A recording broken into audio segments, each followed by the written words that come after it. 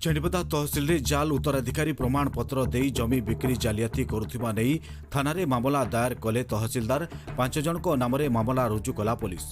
अनुगुल जिला छेंडीपदा तहसिल रे उत्तराधिकारी प्रमाण पत्र रे जालियाती करुथिबा नेई शुक्रवार छेंडीपदा पुलिस 5 जनक नामरे मामला रुजु करबा सहित घटनार तदंत चलाइछि। पुलिस सूत्रରୁ प्रकाश जे गत 13 तारिख दिनक जमी बिक्री पई रजिस्ट्रेशन करा जाउथवा बेले छेंडीपदा तहसिलदार दलील जांच करथुवा समय दुईटी उत्तराधिकारी प्रमाण पत्र रे जालियाती होइतबा संदेह करबा सहित उक्त प्रमाण पत्र रे थिबा बारकोड जांच करबा बेले गोटी आईनगत उत्तराधिकारी प्रमाण पत्र रे जनक नामक चंचकता करी चतुरतार सहित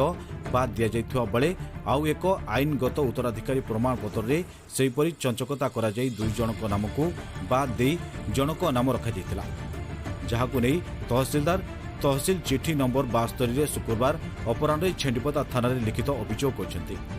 तेबे अभियोग अनुसार पुलिस थाना केस नंबर 338/2022 रे मामला रुजु करबा सहित पुलिस बाबाजी नायक, प्रदीप गणनायक, झटक साहू, डिलो साहू, किशोर चंद्र साहू नाम रे मामला रुजु करबा सहित घटनार तदंत चलाइछन्ती।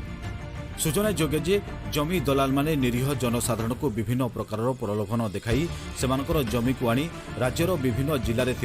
धनी श्रेणीर लोक बिक्री कर लक्ष लक्ष टंका रोजगार करथांती। एपरिक निरीह जनसाधारण कम टंकार मूलचाल करने सहित जमी बिक्री निमंते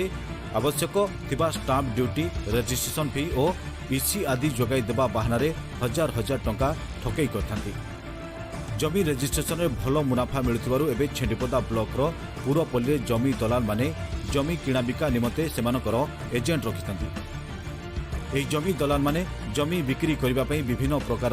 असाधु उपाय अवलंबन करी उपनिबंधन अधिकारी अगोचर रे जमी मालिक एवं जमीर असीदार माने न जानी सेमानकर जमी को बिक्री कर देउछन्ती।